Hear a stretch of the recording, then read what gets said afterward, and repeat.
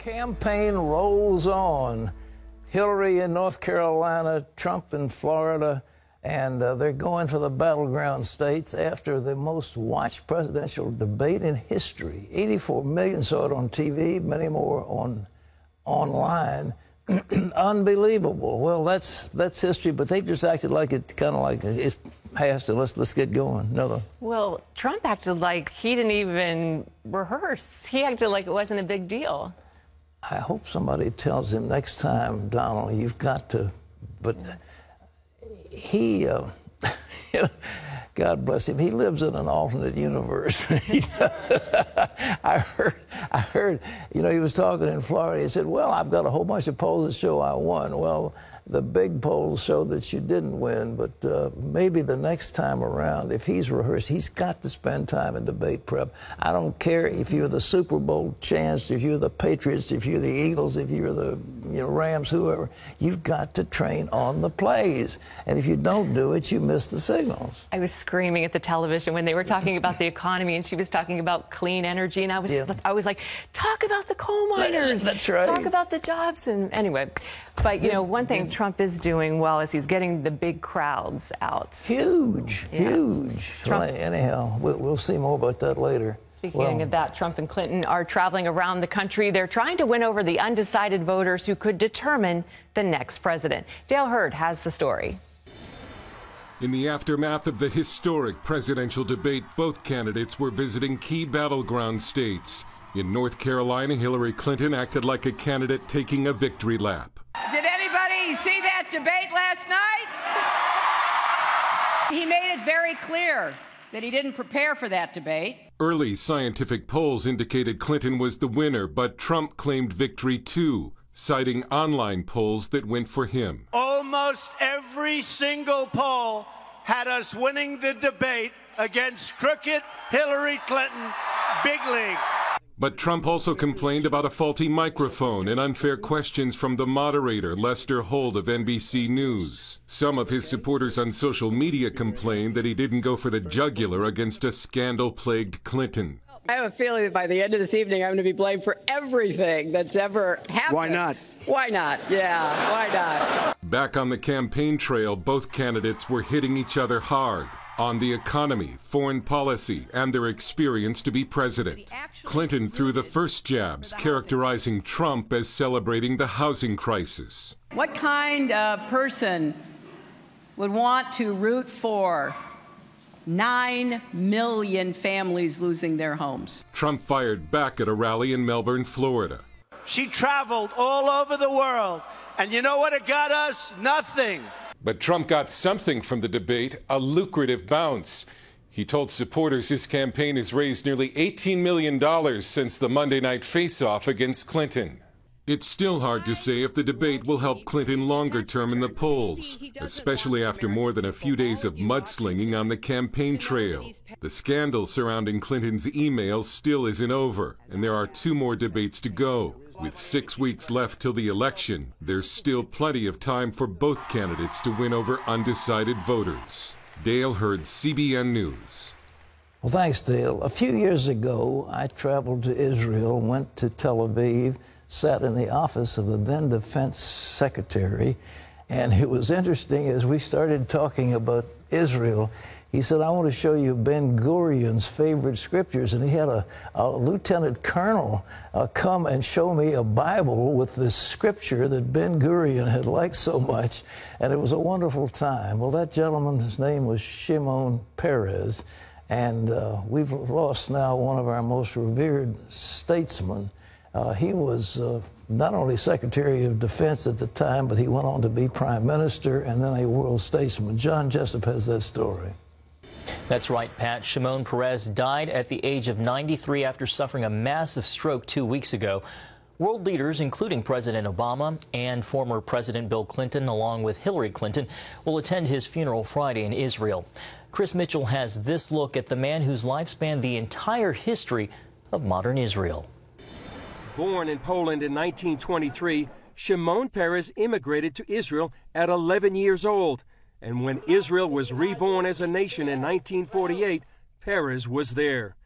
And both critics and admirers will agree, that for the next 7 decades, he played a major role in the country's leadership. Shimon Peres has one of the most unique stories in Israel's history. He's been on the political scene for 70 years. He has a political life that's longer than Moses. Peres is best known as the secret architect of the Oslo Accords in the early 1990s.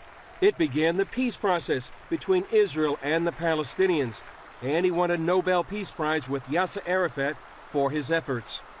Historian and author Michael Widlansky said Peres will be remembered for the good and the bad. His place in history is 2 huge successes and 2 or 3 huge mistakes. His huge success was that together with Ben-Gurion, he set up Israel's nuclear reactor and its nuclear program. His further success was in 1976. He, not Yitzhak Rabin, was the person who initiated the Entebbe raid in Uganda. He began his career as an aide to Israel's first prime minister, David Ben-Gurion. He was a socialist who worked his way up the ranks of the left-wing Labor Party, which ran Israel for decades. Over the years, Peres would serve as defense minister, foreign minister, and prime minister 3 times, and finally as president, the highest ceremonial office. His 2 huge failures. First of all, he was opposed to the Iraqi reactor raid by Menachem Begin in 1981. And his biggest failure is the Oslo Accords. The deal with the PLO, which he naively believed would bring peace to Israel, brought more harm, more terror than anything ever before. CBN founder Pat Robertson interviewed Peres in his office in 1984.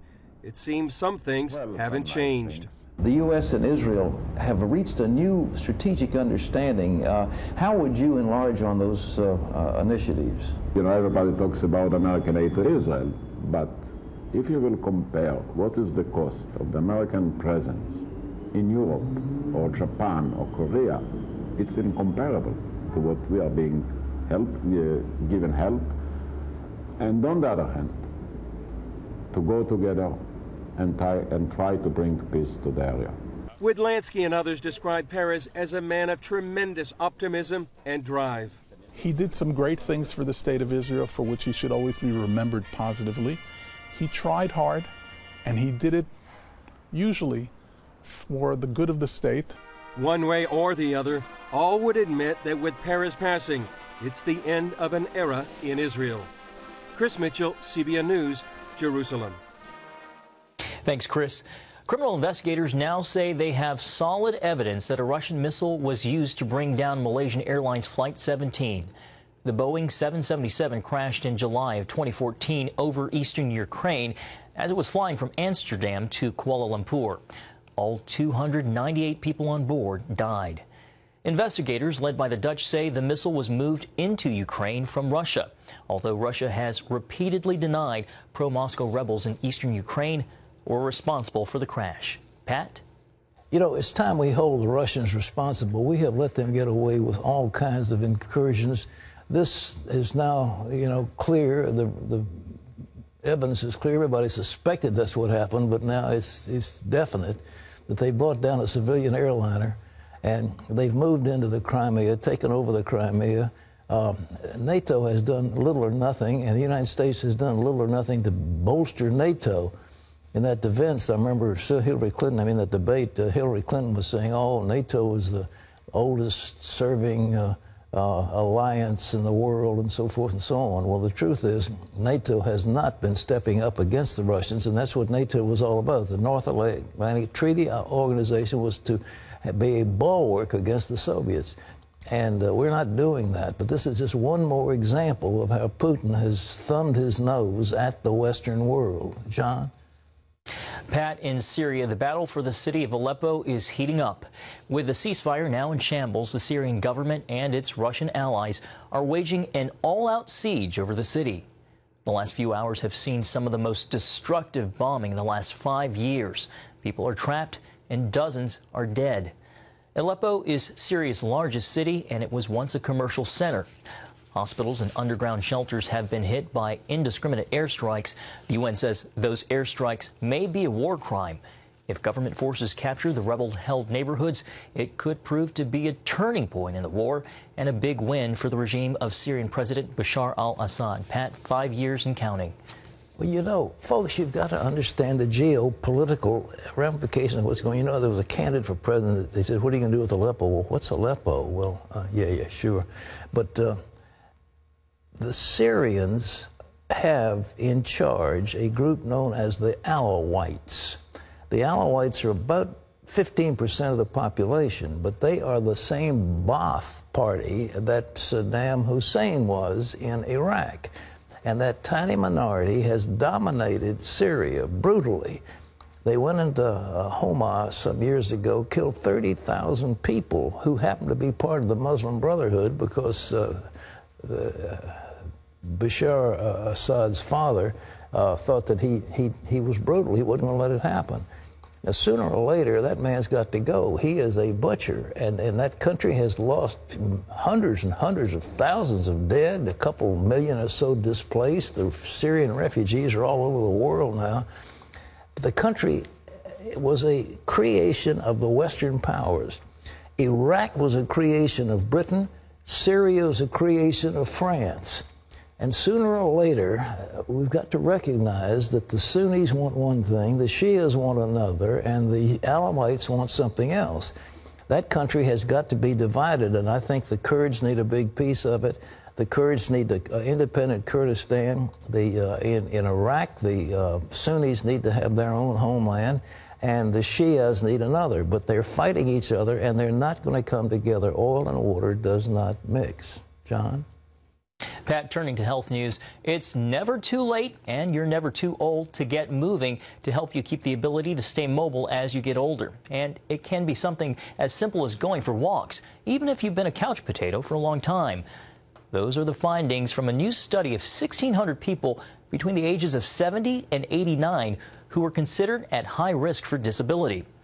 One health policy specialist says prescribing exercise could be just as important as prescribing medications, and sometimes all it takes is just walking. And Pat, not a lot of walking either. The participants walked about 15 minutes for a quarter of a mile. Oh, my producer came and said, you know, we've got a story about walking and how healthy it is. And said, you know, we'll tell people. I said, look, I've got a co-hostess that doesn't walk. She climbs cotton-picking mountains.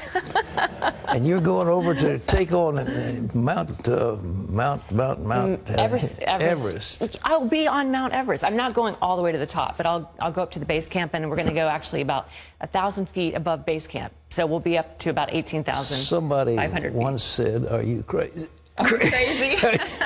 What is it? No, I just like high mountains. You know, Isaiah 40, verse 9, I always say, people ask me, why do you do it? I say, because God says, climb a high mountain. So I'm just, I'm just being obedient, Pat. Well, hot spring had a house, and up the side of the house was a road that went up in the air, and it went up 2 miles to the top of a mountain.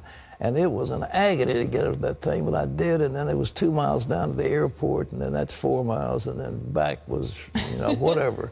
And I said, one day I'm going to do that. And I didn't show up the longest time. My wife finally sent somebody out to get me. And he came up the side of the mountain and said, you want to ride? I said, not on your life. I'm going to finish this. But, boy, my legs were killing me. When you do that mountain stuff, I mean, are you in agony or are you happy? Both. Sometimes you can be happy in agony. Does that make sense? No. I mean, yes, it does. You know what I mean. It's like, it's hard, but like Kilimanjaro was the hardest thing I ever did, but it was the most rewarding, most fun thing I ever did. At what point did you feel like you wanted to quit, or did you ever feel that? Absolutely. It was summit night. Summit night? Well, we left at midnight. It was pitch black dark. So we'd been hiking for about 5 hours. It was still dark. It was super cold, maybe 15 degrees.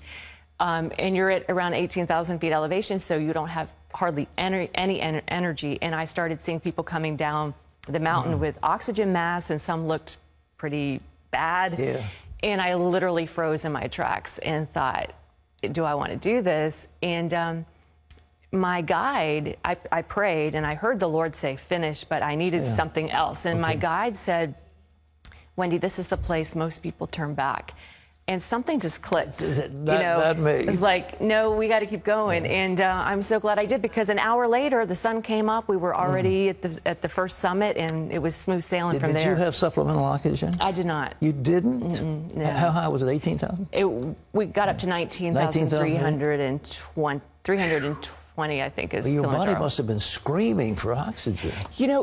When you're climbing, true, because you're fighting gravity. But once we were at the summit, I was like, wow, I feel pretty good. I could stay up here all day. But I didn't want to take my chances and see how. But I love, you and I are a lot alike. We like to challenge ourselves. We like to see what we can do, and not.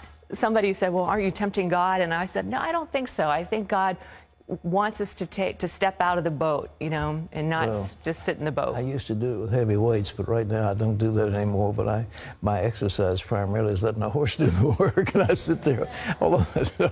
Man, anybody who's been on a horse knows it's a workout. Well, this one horse I've got now is he trots so big that it's hard to sit in the saddle. I mean, it's unbelievable. He's got so much action, and you just sit there and think, I'm going to fall off, But anyhow, well, we both do it, and we're going to stay young. God bless you. Well, I'll be here How for do you another week or find two. a guy that'll stay up with you on a thing like this? Have you found any that'll climb mountains with you? You mean like a boyfriend? Well, like just a companion. Well, guess what? On this particular trek, Pat, there's 13 climbers, just like in my group, just like there were in Kilimanjaro. And 11 of them are men. Only 2 of us are women. So the odds are good, but the goods might be odd. The odd, okay, I got you. All right, don't bring any odd one here. Okay, let's get on with the show. All right, enough about my love life.